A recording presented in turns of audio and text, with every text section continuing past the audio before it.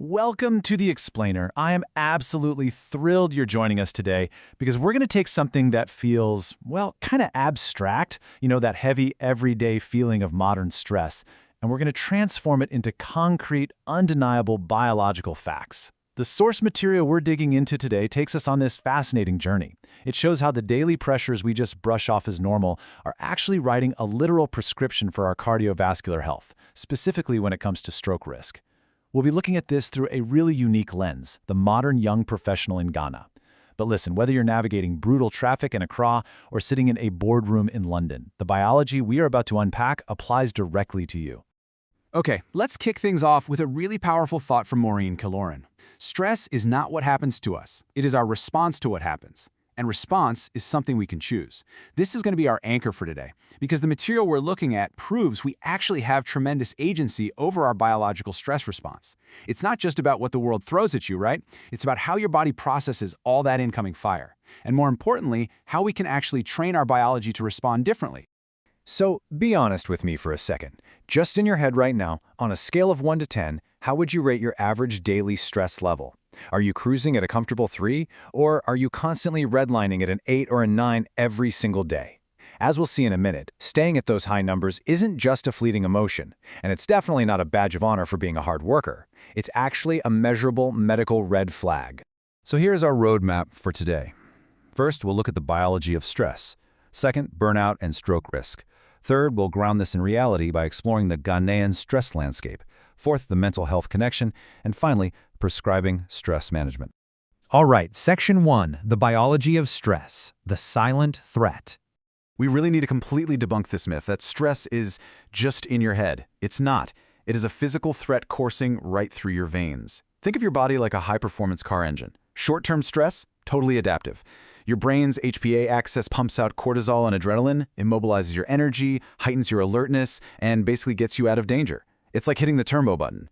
But notice what happens when that stress becomes chronic. When you're just constantly revving that engine into the red every single day, that exact same adaptive system becomes destructive. It causes sustained hypertension. It literally inflames your blood vessels. Your body actually increases blood viscosity and platelet aggregation, essentially preparing for a physical battle, which massively promotes blood clots or thrombosis. You are physically degrading your own vascular system. Now check out this staggering statistic, 40 to 60%. A landmark meta-analysis published in the European Heart Journal found that chronic psychological stress independently increases your risk of a cardiovascular event by 40 to 60%. To put that into perspective, the source material explicitly notes this effect is comparable in magnitude to the severe dangers of smoking. I mean, let that sink in for a second. Chronic stress is basically the new smoking when it comes to your heart and your brain. Section 2, burnout and stroke risk, when stress becomes clinical. So what happens when this intense biological state just becomes your everyday occupational reality? We toss the word burnout around casually all the time, but the World Health Organization actually defines it as a recognized occupational syndrome. It has 3 very specific pillars: profound emotional exhaustion, a cynical detachment, like a depersonalization from your work and colleagues, and a sharp drop in your personal efficacy. We're not just talking about having a bad week at the office here. We're talking about a measurable syndrome driven by sustained HPA axis activation and severe sleep disruption. And it hits educated professionals and healthcare workers incredibly hard. And the physical fallout of that syndrome is intense. Research from The Lancet in 2017 shows that job burnout actively accelerates the vascular damage that underlies stroke. Just look at the impact. A 35% increased risk of atrial fibrillation, which is an irregular heartbeat that serves as a massive stroke trigger, and a 24% increased risk of type 2 diabetes. Burnout isn't just making you tired, it is systematically dismantling your metabolic and cardiovascular defenses. Section 3, the Ghanaian Stress Landscape, looking at urban pressures. Let's contextualize this biology within a specific, really intense psychosocial environment: young urban professionals in Ghana. This brilliantly illustrates the perfect storm of environmental stress.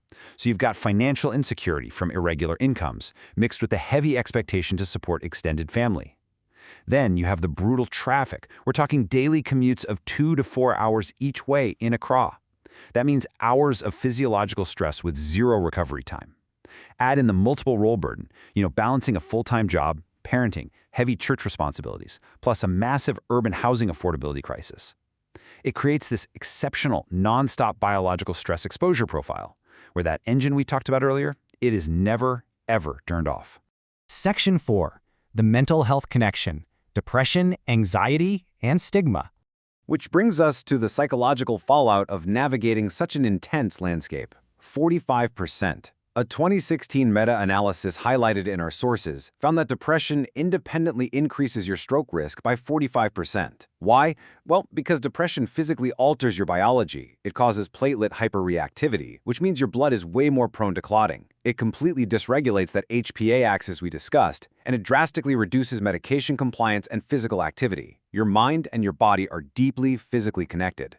But here is the really dangerous compounding factor in the Ghanaian context.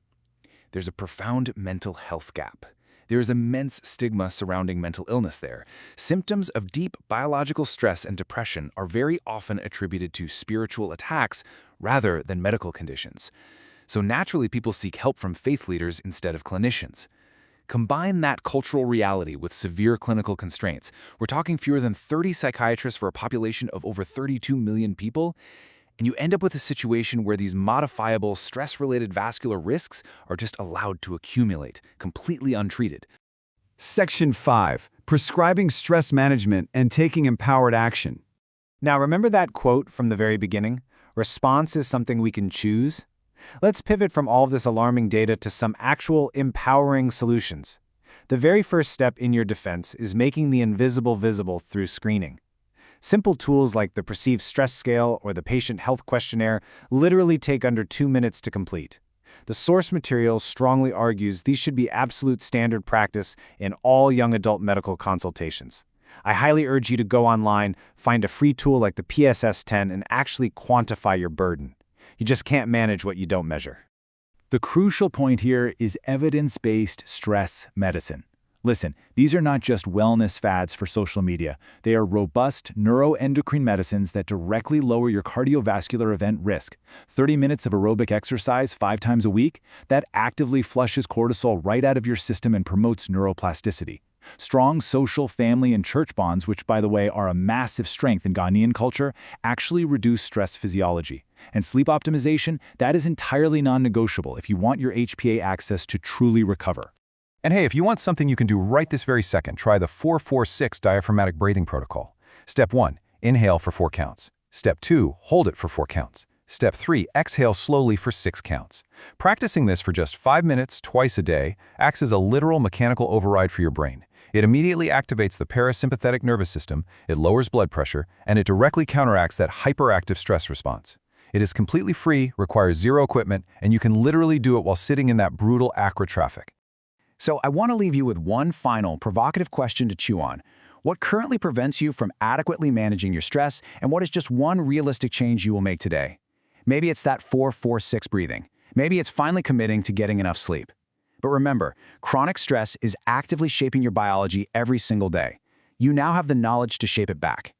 Choose your response, start protecting your brain and your heart today, and keep learning. Thanks so much for joining me on The Explainer.